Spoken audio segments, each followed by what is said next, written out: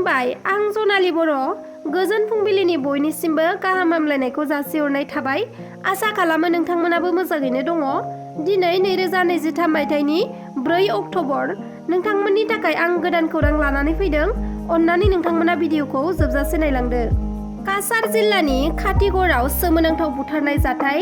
सासे लांसुनियाया गावनि उन्दै बैसोनि प्रेगनेन्ट गार्लफ्रेन्डखौ बिस दौनानै बुथारनाय जाथाया सोराङाव फैदों।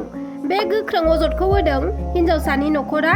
हिन्जावसानि नखरा अजद होनाय बादिब्ला बरकला बिक्रमपुर साहा बागाननि आदित्य कार्माकार मुंनि सासे सेंग्राया 17 बोसोर बैसोनि सासे उन्दै हिन्जावसाजों गोबाव समनिफ्रायनो गोसो थोलायदोंमोन। हाबानि खोथा होनानै हिन्जावसाजों गोबां खेब देहायारि सोमोन्दो खालामबोदोंमोन, जायनि थाखाय हिन्जावसाया प्रेगनेन्ट जादोंमोन। प्रेगनेन्ट खालामखांना गार्लफ्रेन्डखौ हाबा लानो गोसो गैलामोन आदित्य कार्माकारा। बिनि थाखायनो हिन्जावसाखौ न'आव लिंहरनानै बिस दौदोंमोन। बिस दौजाखांना हिन्जावसाया बयफ्रेन्डनि आखाइनिफ्राय खारखुमाबोयो आरो बिमानो गासै जाथायखौ खोन्थाफैयो। बिमाया हिन्जावसाखौ मेडिकेलाव लांनो लानायावनो हिन्जावसाया जिउ गोमायो। बे बुथारनाय जाथायाव हिन्जावसाजों लोगोसे उदैनि गथ'आबो थैफायो।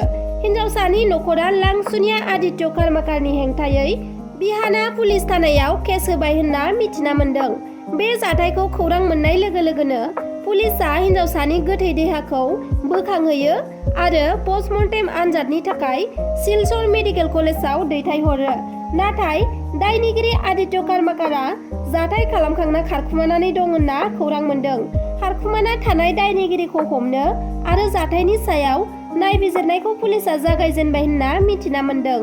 दिनै फुंनि 1:30 बाजियाव सिक्किमाव थानाय तेस्ता दैमानि दाहार दैजों बुखारजानानै गासै 23 जन इन्डियान आर्मिफोरा गोमानानै दङ आरो बिसोरनिनो लोगो 3खौ थैबाय होनना मिथिना मोन्दों।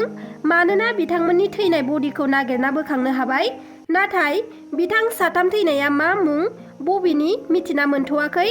गुबुन 23 जन आर्मिफोरखौ दासिमबो गोमानानै दङ होनना खौरां मोन्दों। मिथिना मोननाय बादिब्ला हरखाब अखा हानायनि जाहोनाव दैमायाव गोबां दै बारायदोंमोन। बिनि थाखायनो सांथां मुंनि बान्दोखौ हगारना होनो गोनां जादोंमोन। बान्दोखौ हगारना होनाय लोगो लोगोनो दैमानि दैया 20 फुटसो गोजौ लोमसावो आरो इन्डियान आर्मिफोरखौ बुखारलांजोबो। बिथांमोनजों लोगोसे 41 खान गारिफोर दङमोन। गासै गारिफोरखौबो दैया बुखारलांजोबो आरो बे दुखु गोनां जाथाया जानो मोनो। दासिमबो 41 खान गारिजों लोगोसे 23 सुबुंफोरखौ नागिरना मोनाखै होनना खौरां मोननाय जादों। आसामाव थांनाय समबारनिफ्रायनो उन्दै बैसोनि हिन्जावसा जुलि खालामग्राखौ हमगासिनो दङ। मैयासिम गासै 1039 जन सुबुंफोरखौ आसाम पुलिसआ एरेस्ट खालामनो हाबाय। 1039 जन सुबुंनि मादाव बिटिआर ओनसोलनिफ्राय 125 जना पुलिसफोरजों एरेस्ट खालामजादों। बिटिआरनि अदालगुरि जिल्लानिफ्राय 7 सुबुंफोरा एरेस्ट खालामजादों। तामुलपुरनिफ्राय 7 जन सुबुंफोरा एरेस्ट खालामजादों। सनितपुर जिल्लानिफ्राय 6 जन, क'क्राझार जिल्लानिफ्राय 24 जन, चिरां जिल्लानिफ्राय 10 जन, बङाइगावनिफ्राय 40 जन आरो बाक्सा जिल्लानिफ्राय 33 जन सुबुंफोरा उन्दै हिन्जावसा जुलि खालामनानै पुलिसफोरजों मैया एरेस्ट खालामजाबाय। धुबुरी जिल्लानिफ्रायनो बांसिन 192 जन सुबुंफोरखौ हमनो हादों। डिमा हासाव जिल्लानिफ्राय सासेल' सुबुंखौ हमनो मोन्दों। बेल' नङा, बिथांमोन बायदि गोबां सुबुङानो हमजाबावनो हागौ। बेनिखायनो नोंथांमोना बयबो उन्दै बैसोआव हाबा जानो सानदोंब्ला सांग्रां जादो आरो बैसो जानाय समसिम नेनानै थाथ'दो, नङाब्ला बिथांमोन बायदि आसाम पुलिसजों एरेस्ट खालामजागोन। आसामाव 5.3 मेगनिटिउडनि बांग्रिं मावनायनि अखानायै नेपालाव मैया सानसेयावनो खेबब्रै बांग्रिं मावदों, जायजों न' बां बायदों आरो 10नि बांसिन सुबुङानो जोखोम जानो गोनां जादों। रिपर्टनि बादिब्ला सोनाब नेपालनि बासां जिल्लायाव बांग्रिं मावनायनि बांसिन गोहोमा गोग्लैदों। गिबियाव मैया बेलासिनि 2:40 बाजियाव 5.3 मेगनिटिउडनि बांग्रिं मावदोंमोन। बिनि उनाव फिन आरोबाव 3:06 बाजियाव 6.3 मेगनिटिउडनि बांग्रिं मावदों। बिनि उनावबो आरो खेबनै बांग्रिं मावबावदों, जायजों नेपालाव न' बांफोरा बायदों आरो 10निबो बांसिन सुबुंफोरा जोखोम जानो गोनां जादों। जोखोम जानाय सुबुंफोरखौ फाहामथायनि थाखाय देहा फाहामसालियाव थिसननाय जाबाय। एबसु दुलाराय बर' फरायसा आफादनि दैदेनगिरि दिपेन बर' बिथाङा प्रमद बर' बिथांनि सायाव मा बिबुंथि होखो नोंथांमोना भिडिअखौ जोबजासे नायलांदो। प्रमद बर' बिथाङा दिनै संकसनिफ्राय 5 दिनैल' सिफ नंलिया, बियो गहपुरसिम बा सिमलुगुरिसिम जोंनि जि टारगेट दङ बिनि बिथाङा दिनै सिफ जासिगोन। आरो लोगोसेयैनो जाय बिथांमोना EM बे बिथांमोनाबो गासैबो एरियाखौ कभार खालामनानै गावसोरनि जौगानायनि खामानिखौ जाहाथे फैगोन बोसोरनिफ्राय 2023-24 जि फाइनान्सियेल बाजेटनिफ्राय लानानै बे ओनसोलनि जौगानायनि थाखाय खामानि मावो। गोजोन गोरोबथा 2020-27 साननि बे सुक्ति बायदियै दुलाराय बर' फरायसा आफाद NDBनि मोनब्रै आफाद UBPO आरो गासै रायजो राजानि मददनि गेजेरजों बे गोजोन गोरोबथा सान्थि सुक्तिया जानानै थाङो। आरो दिनै BTR गोजोन गोरोबथानि 3 बोसोरनि बे समाव जोङो बयनिबो लुबैनाय बे एकर्डनि जि मोनसे सुप्रिम दफा दङमोन जे जोंनि सिमाया बारायनांगौ, जोंनि राजनैतिक आरो कन्स्टिटिउसनेल जि राइट बियो माने जौगानांगौ, लेजिस्लेटिभ एक्जिकिउटिभ आरो लोगोसे एडमिनिस्ट्रेटिभ पावारा बांनांगौ, बेखौनो मुल दफा लानानै 3.1 बे एकर्डआव गिबि दफा हिसाबै लिरनाय जादोंमोन। आरो बिनि जि एक्सटेनसननि बाथ्रा सनितपुर आरो बिश्वनाथ जिल्लाखौ गहपुरसिम आरो सिमलुगुरिसिम, गहपुरजों नांजाबना थानाय बे सिमलुगुरिसिम सोसननांगौनि जि खामानि बेखौ जोङो गोबां खेब आसाम सरकारजों आसामनि मानगोनां गिबि मन्त्रि डक्टर हिमन्त बिश्व शर्मा आरो बिथाङा बिबान होनाय दायित्व होनाय आसामनि केबिनेट मन्त्रि पीयूष हाजरिका बिथांजों लोगोसे BTRनि चिफ प्रमद बर' जोङो जथायै रायलायनानै दुलाराय बर' फरायसा आफादा दिनै जोंनि 500-600 गामिखौ जेरैबायदि दाबिदोंमोन बे दाबिनायनि गिबि फेज हिसाबै जि गिबि मन्त्रिया 60टा भिलेजनि जि घोषणा होदोंमोन आरो बिनिनो 41 भिलेजखौ 41 खान बर' आरो ट्राइबेल डमिनेटेड बे गामिखौ थिसननायनि खामानिया दाख्लैबावैनि केबिनेट आसाम केबिनेटनि गेजेरजों जानानै थाङो आरो बेखौ नटिफिकेसन होनायनि थाखाय दिनै खामानिया कमप्लिट जाबाय। आरो बेखौनो दिनै वेलकाम खालामनानै दुलाराय बर' फरायसा आफाद बिश्वनाथ जिल्ला आरो सनितपुर जिल्ला आरो लोगोसेयैनो गहपुर ओनसोलनि रायजो राजाया दिनै गोलै नोगोरै बरायदों।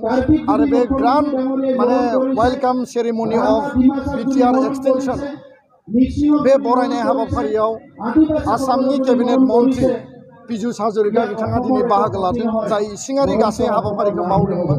लोगोसेनो BTRनि सिम मानगोनां प्रमद बर' आरो BTRनि माखासे दैदेनगिरि बिबानगिरि बिथांमोना दिनै बाहागो लादों।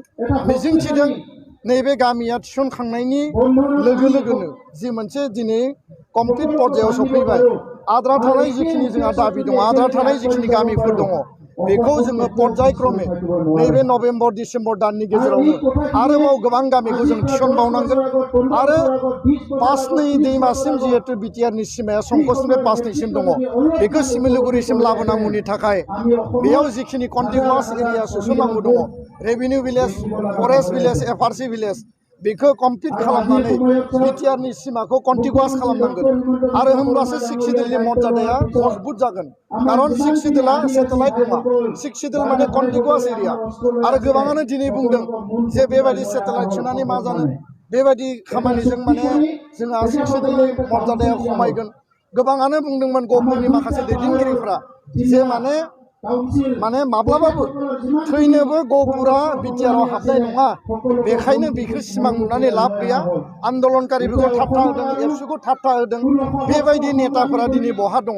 दा बेखायनो जोङो सोरखौबा मुं सोनाय, सोरखौबा नांलायनाय, सोरखौबा गाज्रि बुंनायनिफ्राय जों जानगाराव थानानै माहारिनि जातीय सत्तानि थाखाय, माहारिबादनि थाखाय, जातिनि जि माने शहीदनि बिनिमयाव 534 मानसिया मुंख्लं जादों 1989आव गहपुराव।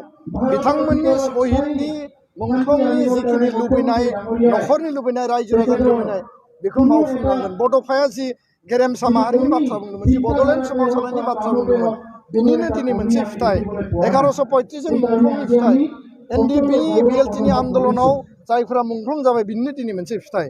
दा बेखायनो बे बाथ्राफोरखौ लानानै दिनै डिबेट खालामनायनि सम गैया। समा जाबाय जे राइट टाइमाव राइट बाथ्रा बुंनानै डिबेट तर्क सावरायनायनि गेजेरजों नेगसिएसन खालामनानै सल्युसन खालामनायनि दिनै टाइम। आरो जोङो बे लामाखौनो लानानै दिनै खामानि मावगासिनो FRC ओनसोलनि हा मोननांगौनि थाखाय दुलाराय बर' फरायसा आफादा खामानि मावगासिनो 5000 परियाला हा मोनबाय आद्रा थानाया गहपुर बिश्वनाथ राङापारा जेराव दङ गासिबो हा मोननांगोन नौदुवार जेराव दङ हा मोननांगोन लोगोसेनो 6.3 नि गेजेरजों स्कुल प्रभिन्सियेलाइजेसननि जे खामानि हाई स्कुल जा हाई सेकेन्डारि जा LP ME जि लेभेलाव थाया मानो जेराव थाया मानो सिंगल टिचार जिर' टिचार बेयाव टिचार एपइन्टमेन्ट होनाय स्कुल प्रभिन्सियेलाइजेसन खालामनाय बे खामानिनि थाखायबो जोङो सावरायगासिनो दङ एबसु साहित्य सभा आरो मिजिंथिदों जे दिनैनि बे मोनसे हिस्टरिक जि वेलकाम सेरेमनि बेयो अराय गोजोर जागोन आरो फैबाय थानाय समाव मानगोनां गिबि मन्थ्रि आरो दिनै जि बाहागो लादों मानगोनां केबिनेट मन्थ्रि पिजस हाजरिका बिथांमोननि नेतृत्वआव जोङो बिथांमोनखौ नारसिननायनि प्रेसार होनायनि गेजेरजों बिथांमोननि कमिटमेन्टखौ फुलफिल खालामनायनि थाखाय बिथांमोना खामानि मावगोन आरो प्राइम मिनिस्टार हम मिनिस्टार गिबि मन्थ्रि आरो गासै सरकारा गावसोरनि कमिटमेन्टनिफ्राय बारग'नो हाया बारग'नायनि बाथ्रा गैया आरो जेब्लानो बिथांमोना कमिटमेन्टनिफ्राय दोरोबनो नागिरो दुलाराय बर' फरायसा आफादा बिथांमोनखौ राइट ट्रेकआव लाबोनानै एकर्ड इमप्लिमेन्टेसनखौ टाइम बाउन्ड आरो स्पिडि खालामनांगौनि थाखाय जोङो गोसोखांगोन बाथ्रा बुंगोन आरो बेनि थाखाय जोङो वाटसटक बायदि नोजोर होनानै जों खामानि मावबाय थागोन आं बेखिनि बाथ्राखौनो स्पष्ट दिनै दिननिफ्राय आरो दिनै जिहेतु पाब्लिकलि राजुआ घोषणा होबाय आरो अट'मेटिकेलि जोंनियाव नटिफिकेसननि लिस्टआ राज्यपालनि अफिसनिफ्राय साननैसोनि गेजेराव बियो फोसावजागोन आरो फोसावनाय लोगो लोगोनो अफिसियेलि जि एरिया इनक्लुजनाव फैबाय बे एरियाखौ बिटिआर होननानै दिनै बुंनो हानायनि अधिकार क्षमताखौ जों मोनगोन। दिनैनि खौराङा बेखिनियानोमोन। नोंथांमोना आंनि खौरांखौ नायजोबलांनायनि थाखाय नोंथांमोननिसिम रोजा रोजा साबायखर थाबाय आरो नोंथाङा जुदि आंनि चेनेलखौ साबस्क्राइब खालामाखैब्ला अन्नानै साबस्क्राइब खालामनानै लादो जाहाथे आंनि गोदान गोदान भिडिअ एंगारोब्ला नोंथांनाव सौहैनो हानाय बादि लोगोसे लाइक शेयार कमेन्ट खालामनो दाबाव। गोजोन्थों।